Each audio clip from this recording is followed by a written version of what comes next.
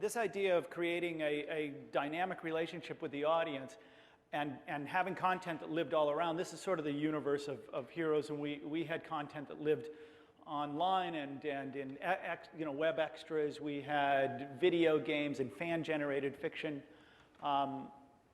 We had magazines and comic books, and we created alternate reality gaming. We had mobile content, and all of this content really pushed a very different relationship, a very dynamic relationship with the audience. It became kind of a two-way street. You could really see it when you went to like Comic-Con and you saw the thousands of people that come out and dress in character to see the fans.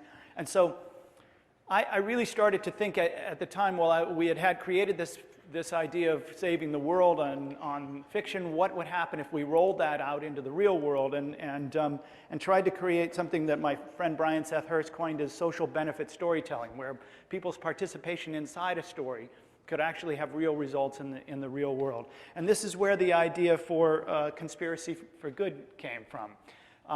Creating a narrative that allowed people to live inside of an idea of a conspiracy, a secret society. The secret society of Spira, which is behind the Conspiracy for Good, has existed for 2,000 years. You just didn't realize that it had actually been there all along.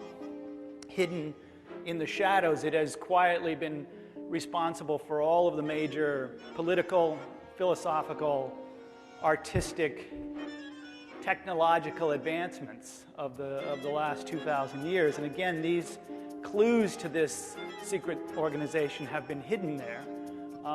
Just we didn't know where to find them. And this modern idea of the Conspiracy for Good is still with us. And we have created the idea that it is an immersive social movement that inspires people through story, gaming, and human connection to generate positive change in the world. So the idea was to create a pilot project, which we did with the help of Nokia.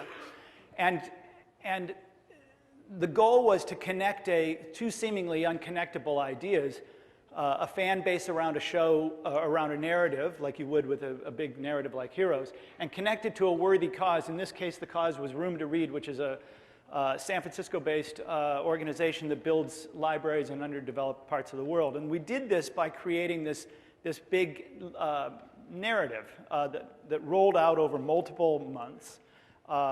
It started with an alternate reality game that lasted for a few months online with content that slowly leaked out, then eventually into mobile, and finally onto the streets of London, that acted as our sort of game board for a very big, immersive narrative that you could become a part of.